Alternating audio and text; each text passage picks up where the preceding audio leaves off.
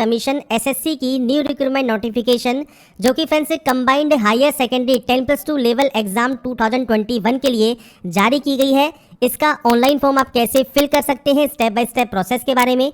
अगर आपको हमारा फ्रेंड्स ये वीडियो पसंद आता है तो लाइक सब्सक्राइब शेयर जरूर कीजिएगा। साथ में आप इससे रिलेटेड जानकारी वीडियो डिस्क्रिप्शन में जाकर चेक कर सकते हैं। अगर आप एप्लीकेबल हैं, अगर आप एलिजिबल हैं, अप्लाई करना चाहते हैं तो आप इसके लिए अप्लाई कर सकते हैं। अप्लाई करने से पहले नोटिफिकेशन को ध्यान से चेक जरूर करें। बात करेंगे फ्रेंड्स यहाँ पर इसके फॉर्म फिलअप प्रोसेस के बारे में। तो यहाँ पर देखिए आपको लॉगिन का एक सेक्शन मिलता है। अगर आप पहले से रजिस्टर हैं तो आप डायरेक्टली लॉगिन कर सकते हैं। अगर आप रजिस्टर नहीं हैं उस कंडीशन में आप रजिस्टर नाउ पर क्लिक कर देंगे। तो फ्रेंड्स यहाँ पर रजिस्ट्रेशन करने के लिए आपको देखिए कुछ बेसिक जानकारी फिल करनी होगी। सबसे पहले आपसे पूछा जाएगा do you have Aadhaar card. अगर फ्रेंड्स आपके पास आधार कार्ड अवेलेबल है आप यहाँ पर यस कर सकते हैं और उसके बाद अपना जो आधार कार्ड नंबर है 12 डिजिट का वो आप यहाँ पर 2 बार फिल करेंगे। अब मान लीजिए आपके पास आधार कार्ड नहीं है या फिर आप किसी कंडीशन की वजह से आप मल्टीपल रजिस्ट्रेशन कर रहे हैं और आधार कार्ड नंबर यहाँ पहले से ही बता रहा है कि प्रोवाइडेड है, आपका अवेलेबल है, तो आपको यहाँ पर करना क्या है, आपको नो करना है। और उसके बाद यहाँ पर टाइप ऑफ आईडी में आप कोई भी अदर आईडी सेलेक्ट कर सकते हैं, चाहे ड्राइविंग लाइसेंस हो, पैन कार्ड हो, पासपोर्ट हो, वोटर आईडी हो, कोई भी ऑप्शन को आप सेलेक्ट कर लेंगे, उसका नंबर आप यहाँ पर दे देंगे। अगर फ्रेंड्स यहाँ पर आप पहली बार कर रहे हैं और आधार कार्ड आपके पास अवेलेबल है आप यस कर सकते हैं और अपने आधार कार्ड का नंबर भी दे सकते हैं। इसके बाद जो भी जानकारी आप फिल करेंगे ये 2 बार आपको एंटर करनी होगी। जैसे आपका यहाँ पर नाम आपको एंटर करना है तो ये भी आप 2 बार एंटर करेंगे। 2 बार एंटर करने का मतलब यही है, फ़ायदा यही है कि आपका कोई भी गलती होगी वो यहीं पर ही आपको पकड़ में आ जाएगी।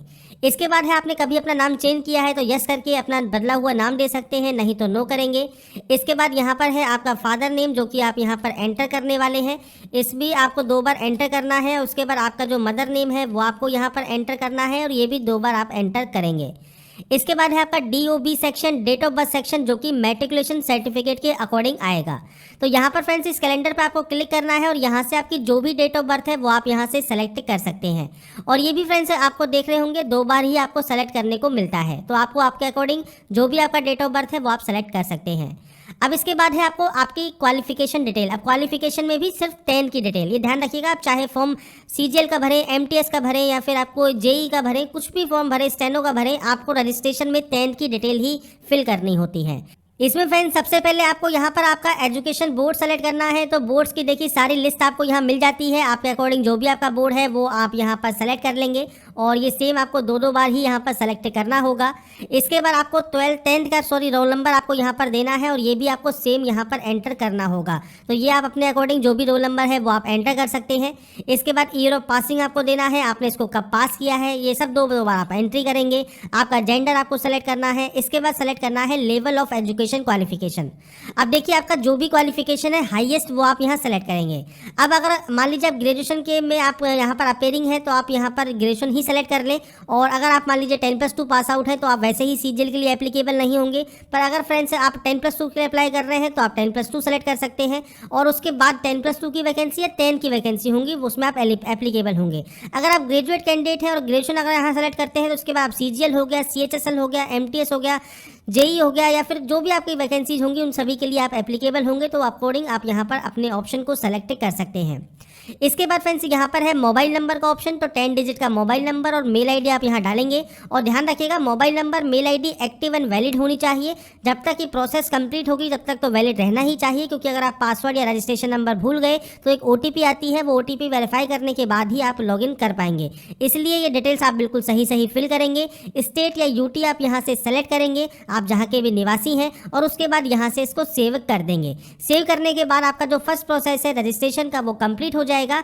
आपको एक यहाँ पर रजिस्ट्रेशन नंबर मिल जाएगा और एक साथ में OTP आपके मेल आईडी पर आएगी, वो फ्रेंड्स बाद में आपको वेरीफाई करनी होगी। और यहाँ पर आप पहली बार लॉगिन कर लेते हैं, आपको यहाँ पर देखिए आपका पासवर्ड चेंज करना होगा और आपको सबसे पहले जो आपकी मेल आईडी पर आपको पासवर्ड मिला है वो आपको टाइप करना है और एक यहाँ से न्यू पासवर्ड जनरेट करना है।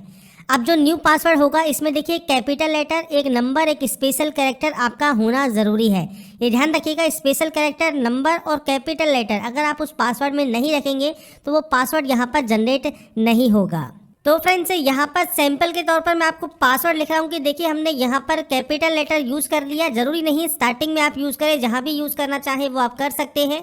इसके बाद कोई भी स्पेशल कैरेक्टर या कोई भी नंबर्स आपको यूज़ करने हैं, कुछ इस तरह का फॉर्मेट आपका रहना चाहिए। अब आगे पीछे आप जैसा करना चाहें वो कर लीजिए, बस आपका ये ध्यान रखिएगा आपका जो ये अपर केस है ये आपके पास होना चाहिए, स्पेशल कैरेक्टर होना चाहिए और नंबर्स भी होने चाहिए। तो ये पासवर्ड में जब आप इंक्लूड करेंगे तभी वो पासवर्ड यहाँ पर आपका बनेगा और कम से कम 8 कैरेक्टर का आपका पासवर्ड होना चाहिए। तो फ्रेंड्स यहाँ पर आपको न्यू पासवर्ड जनरेट करना है और उसके बाद यहाँ से आपको सबमिट कर लेना है अपने इस प्रोसेस को कंप्लीट करने के लिए। इसके बाद फ्रेंड्स आपका जो ये पासवर्ड है वो सक्सेसफुली चेंज हो जाएगा। आप यहाँ से क्लोज करेंगे और अपने न्यू पासवर्ड के साथ, अपने रजिस्ट्रेशन नंबर के साथ आप इसमें लॉगिन कर लेंगे। लॉगिन करने के बाद फ्रेंड्स देखिए आपका जो पहला स्टेप है बेसिक डिटेल का, ये आपका ऑटोमेटिक कंप्लीट हो जाएगा क्योंकि रजिस्ट्रेशन करते वक्त आप ये डिटेल को फिल कर चुके होंगे। सेकंड डिटेल होगी आपकी एडिशनल डिटेल। अब यहाँ पर देखिए आपको कैटेगरी का ऑप्शन मिलता है, आपको फॉर्म में ये नहीं मिलता, आपको यहीं पर ही चूज करना होता है। अगर आप पहले से रजिस्टर हैं तो अगर आपने कोई भी फॉर्म अगर अप्लाई कर रखा है तो आपको वो मॉडिफाई का ऑप्शन भी अवेलेबल नहीं होता। अगर आपने कभी भी अप्लाई नहीं किया, कभी भी का मतलब है कि जब भी आपने अप्लाई किया था वो प्रोसेस कंप्लीट हो चुकी है और आपका मॉडिफाई का लिंक अगर एक्टिव है और आप क्लिक करते हैं तो आपके सामने कुछ इस तरह का ही इंटरफेस ओपन होगा। सेम आपको यहीं पर ही एडिट करना है और अपने यहाँ पर इस रजिस्ट्रेशन को आप सबमिट कर सकते हैं। तो ये चीज़ ध्यान रखिएगा, अगर मॉडिफाई का ऑप्शन अगर आपका एक्टिव है तो ही आप एडिट कर पाएंगे। फ्रेश कैंडिडेट क्या करेंगे यहाँ पर, तो अपनी कैटेगरी सेलेक्ट कर लेंगे। जनरल, ईडब्ल्यूएस, एससी, एसटी जो भी आपकी कैटेगरी है वो आप यहाँ सेलेक्ट कर लें। आपकी नेशनलिटी आपको सेलेक्ट करनी है। इसके बाद आपको आइडेंटिफिकेशन मार्क देना है। तो आपके चेहरे, हाथ, पैर पर कहीं पर भी कोई भी विजिबल आइडेंटिफिकेशन मार्क है, चाहे वो ब्लैक मोल हो मतलब काला तिल हो या फिर आपके कोई कट का निशान हो, बर्न का निशान हो, कोई चोट हो, तो वो फ्रेंड्स आप लिख सकते हैं। अब या तो है नहीं या फिर आप देना नहीं चाहते तो उस कंडीशन में आप नो मार्क दे देंगे। इसके बाद यहीं पर ही आपको सेलेक्ट करना होगा पीएच कैंडिडेट के बारे में, मतलब पर्सन विद बेंचमार्क डिसेबिलिटी के बारे में। तो फ्रेंड्स अगर आप इस कैटेगरी में नहीं आते आप सिंपली नो ही रहने देंगे और ये ऑप्शन का आपका कोई यूज़ नहीं है। अगर आप इस कैटेगरी में आते हैं और यस करते हैं तो आपको टाइप ऑफ डिसेबिलिटी आपकी सेलेक्ट करनी होगी। इसके बाद आपको डिसेबिलिटी का सर्टिफिकेट नंबर यहाँ पर देना होगा। अब यहाँ पर ये बेसिक जानकारी आपको फिल करनी है अपने डिसेबिलिटी की, नहीं है तो आप नो करेंगे तो ये ऑप्शन ऑटोमेटिक बंद हो जाते हैं। इसके बाद आपका पूरा एड्रेस, जो भी आपका पूरा एड्रेस है वो फ्रेंड्स आप यहाँ लिखेंगे। मैंने सैंपल के तौर पर एंटर कर दिया है, आपका पूरा एड्रेस आपको लिखना है। आपका स्टेट कौन सा है इनमें से वो आप सेलेक्ट करेंगे। इसके बाद फ्रेंड्स यहाँ पर है आपका नेक्स्ट ऑप्शन डिस्ट्रिक्ट का।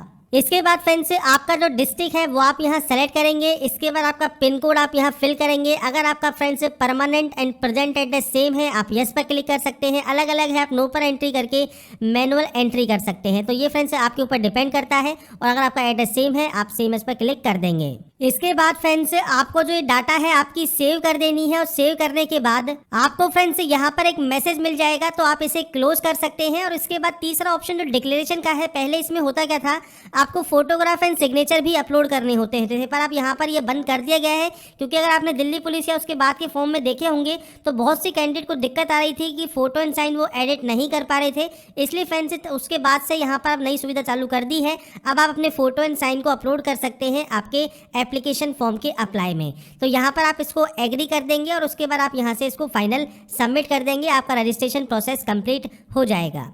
इसके बाद फ्रेंड्स यहाँ पर आपका लास्ट ऑप्शन है जो कि है ओटीपी का। तो आपके मोबाइल नंबर और मेल आईडी पर ओटीपी जाती है, ज़रूरी नहीं है वो मोबाइल पर आए, ज़रूरी नहीं है वो ईमेल पे आए, जिस पे भी पहले आए उसमें से एक ओटीपी आप यहाँ पर डालेंगे। इस कैप्चा कोड को यहाँ पर डालेंगे और उसके बाद फ्रेंड्स यहाँ पर दिए गए सबमिट टैब पर क्लिक कर देंगे। इसके बाद फ्रेंड्स आपका देखिए यहाँ पर जो रजिस्ट्रेशन प्रोसेस है ये कंप्लीट हो चुका है और आपकी जो डिटेल्स हैं वो आपके मेल आईडी पर पहुँच गई होंगी। अब यहाँ पर आपको एक ऑप्शन मिलता है लेटेस्ट नोटिफिकेशन का, आपकी हिस्ट्री का या मॉडिफिकेशन का। तो यहाँ पर ही आप मॉडिफाई कर सकते हैं अगर आपने कोई भी फॉर्म को फिल नहीं किया है और 2 बार आपको मैक्सिमम टाइम मिलता है मॉडिफाई करने का। और इसके बाद फ्रेंड्स आप लेटेस्ट नोटिफिकेशन वाले सेक्शन 1 का जो लिंक है वो आपको अप्लाई का यहाँ पर मिल जाएगा। आप इस अप्लाई वाले लिंक पर क्लिक कर देंगे। यहाँ पर आने के बाद फ्रेंड्स सबसे पहले देखिए आपको यहाँ पर जो चूज़ करना है वो आपको सेंटर चूज़ करना होगा। आप अपना एग्ज़ाम सेंटर कहाँ पर लेना चाहते हैं वो आप अपने अकॉर्डिंग यहाँ से चूज़ कर सकते हैं। और इसके बाद friends medium of typing test आपको कौन सा चाहिए वो आपको यहाँ पर फिल करना होगा। इसके बाद पूछा गया है 12वीं क्लास में साइंस स्ट्रीम में आपके पास मैथमेटिक्स एज ए सब्जेक्ट है या नहीं है। अगर आपके पास ये नहीं है तो आप नो कर सकते हैं। आप सिर्फ डीईओ पोस्ट के लिए जो CNG में है उसके लिए आप एप्लीकेबल नहीं होंगे। अगर आपके पास है तो आप यस कर सकते हैं। अगर आप एक्स सर्विसमैन हैं तो यस कर सकते हैं और आपकी जो जानकारी है वो आपको प्रोवाइड कर सकते हैं रजिस्ट्रेशन में। अगर नहीं है तो आप सिंपली नो करेंगे। इसके बाद फ्रेंड्स यहाँ पर ये सारे ऑप्शन आपके डिसेबल रहेंगे। अगर आपने रजिस्ट्रेशन में यस किया है तो ही आपको यहाँ पर यस का ऑप्शन मिलेगा। इसके बाद फ्रेंड्स अगर आपको एज में छूट चाहिए तो आप यस कर सकते हैं, नहीं चाहिए तो आप नो करेंगे। और अगर फ्रेंड्स आप यहाँ पर यस करते हैं तो किस वजह से आपको यहाँ पर रिलैक्सेशन चाहिए आप उसकी जानकारी दे सकते हैं, नहीं तो आप इसमें नो करेंगे। हाईएस्ट क्वालिफिकेशन कौन सी है आपकी वो आप यहाँ से सेलेक्ट कर सकते हैं। आपकी हाईएस्ट क्वालिफिकेशन आपको सेलेक्ट करनी होगी। इसके बाद है क्वालिफाइंग, तो आप 12th स्टैंडर्ड में है या उसके इक्विवेलेंट 12th स्टैंडर्ड में है वो आप बता सकते हैं। 12वीं क्लास या फिर उसके इक्विवेलेंट जो भी क्वालिफिकेशन आपके पास है वो आप यहाँ पर सेलेक्ट कर सकते हैं। स्टेटस में अगर आप पास है तो पास सेलेक्ट करेंगे, अपेयरिंग है तो अपेयरिंग सेलेक्ट करेंगे। और इसके बाद अपेयरिंग करने के बाद आपको यहाँ पर देखिए जो पासिंग ईयर है ये आपका ओपन नहीं होगा। इसके बाद आपको स्टेट या यूटी आपके बोर्ड का या यूनिवर्सिटी का नेम ऑफ द बोर्ड आपको सेलेक्ट करना होगा। और उसके बाद आपको यहाँ पर रोल नंबर, परसेंटेज, CGPA कुछ भी एंटर करने की जरूरत नहीं है। अगर आप पास आउट कैंडिडेट हैं तो यहाँ से आपका पासिंग ईयर आप सेलेक्ट करेंगे, आपने इसको कब पास किया है। स्टेट या यूटी ऑफ बोर्ड, तो आपको यहाँ पर बोर्ड का जो आपका स्टेट है वो सेलेक्ट करना है और तभी आपको यहाँ पर ऑप्शन मिलेगा।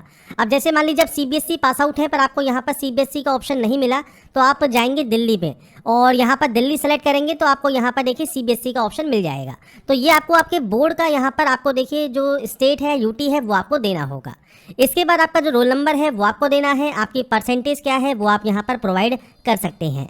इसके बाद फ्रेंड्स अगर आपकी जानकारी को आप जो है यहाँ पर शो करना चाहते हैं तो यस कर सकते हैं, नो कर सकते हैं, इससे कोई भी फर्क नहीं पड़ेगा।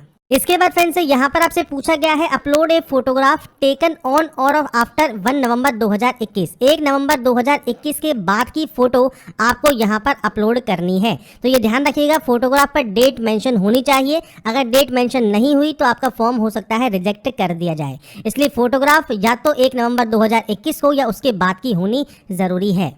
इसके बाद फ्रेंड्स यहाँ पर देखिए फोटोग्राफ और आपके साइन का प्रीव्यू आपको मिल जाएगा और आपकी फोटो इसके बाद की है। आप यहाँ पर यस करेंगे, डिक्लेयर करेंगे, कैप्चा कोड को फिल करेंगे और यहाँ से प्रीव्यू को चेक कर लेंगे। प्रीव्यू चेक करने के बाद फ्रेंड्स अगर आपको लगता है आप एडिट करना चाहें तो एडिट कर सकते हैं, नहीं तो आप इसे सबमिट कर सकते हैं। सबमिट करने के बाद देखिए आपको एक ऑप्शन मिलेगा प्रिंट का, तो आप यहाँ से प्रिंट ले सकते हैं। आपका फॉर्म प्रोविजनली एक्सेप्टेड हो गया है। और अगर आपका यहाँ पर पेमेंट नहीं लगता है तो आपको डायरेक्टली प्रिंट का ही ऑप्शन मिल जाएगा। इसके बाद फ्रेंड्स आप प्रोसीड करेंगे पेमेंट करने के लिए। आप यस वाले ऑप्शन पर क्लिक करेंगे। ऑनलाइन को आप सेलेक्ट कर सकते हैं, ऑफलाइन को भी कर सकते हैं, आप जैसे भी पेमेंट करना चाहें। उसके बाद आप सबमिट वाले ऑप्शन पर क्लिक करेंगे। इनमें से किसी भी एक ऑप्शन का आप यूज़ कर सकते हैं पेमेंट करने के लिए। आप डेबिट कार्ड यूज़र हैं, आप नेट बैंकिंग यूज़र हैं, या फिर आप क्रेडिट कार्ड यूज़र हैं, या फिर UPI से पेमेंट करना चाहते हैं। आप जैसे भी पेमेंट करना चाहें यहाँ से उस ऑप्शन को सेलेक्ट कर सकते हैं पेमेंट को करने के लिए। तो आपको क्लिक हियर पर क्लिक करना है और उसके बाद फ्रेंड्स से अपनी डाटा को कन्फर्म करना है। कार्ड की डिटेल्स को आप यहाँ पर फिल करेंगे और उसके बाद अपने पेमेंट को कन्फर्म कर लेंगे। इसके बाद फ्रेंड्स आपका देखिए जो पेमेंट है वो वेरीफाई हो जाएगा। तो आप यहाँ से प्रिंट वाले ऑप्शन पर क्लिक कर सकते हैं। अपने एप्लीकेशन फॉर्म का प्रिंट आउट निकाल कर अपने पास रख सकते हैं फ्यूचर यूज के लिए, फ्यूचर रेफरेंस के लिए। पेमेंट अगर डिडक्ट हो गया है और वेरीफाई नहीं हुआ है तो 24 आवर्स कम से कम वेट कीजिए। डबल वेरिफिकेशन अपने पेमेंट का कर सकते हैं। साथ में अपने पेमेंट स्टेटस को भी आप चेक यहाँ पर कर पाएंगे। तो यहाँ पर फ्रेंड्स मैंने आपको फुल प्रोसेस बता दी है CHSL का आप ऑनलाइन फॉर्म कैसे फिल कर सकते हैं, स्टेप बाय स्टेप प्रोसेस के बारे में। अगर आपको हमारा ये वीडियो पसंद आया है और आप चाहते हैं ऐसे ही अपडेट